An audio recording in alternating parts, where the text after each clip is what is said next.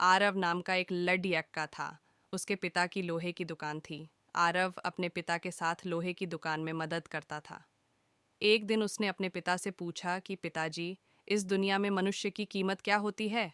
अपने छोटे से बच्चे के इस सवाल से पिताजी हैरान रह गए। वो सोचने लगे कि आखिर इस बालक को ऐसा सवाल क्यों हुआ। पिताजी ने अपने बेटे को कहा कि बेटा, किसी भी मनुष्य की कीमत को आंकना बहुत ही मुश्किल होता है, क्योंकि उसकी कीमत अनमोल होती है। बेटे ने पूछा, वह कैसे पिताजी? अगर सभी मनुष्य की कीमत अनमोल होती है तो फिर कोई अमीर तो फिर कोई गरीब क्यों होता है? किसी को कम रिस्पेक्ट मिलती है तो किसी को ज्यादा क्यों मिलती है? पिताजी ने अपने बेटे को समझाने के लिए कहा कि तुम स्टोर रूम में जो लोहे का बड्ढा सा टुकड़ा पड्ढा है वो लेकर आओ। बेटे ने कहा, जी पिताजी। वो लोहे का टुकड़ा लेकर आता है। पिताजी उससे पूछते हैं कि बताओ, इस लोहे के टुकड़े की क्या कीमत होगी? आरव बताता है कि 500 रुपये।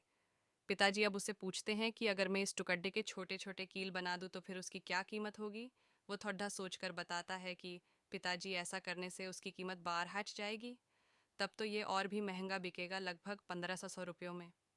पिताजी अब उसे पूछते हैं कि बेटा, अगर मैं इस लोहे के टुकड़े से गड्ढी के बहुत सारे स्प्रिंग बना दूं तो?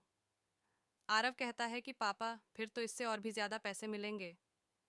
पिताजी अपने बेटे को समझाते हुए बोलते हैं कि ठीक इस लोहे के टुकड़े की तरह ही मनुष्य की कीमत होती है। मनुष्य की कीमत भी इसमें नहीं होती है कि अभी वो क्या है, बल्कि इसमें होती है कि वो अपने आप को क्या बना सकता है।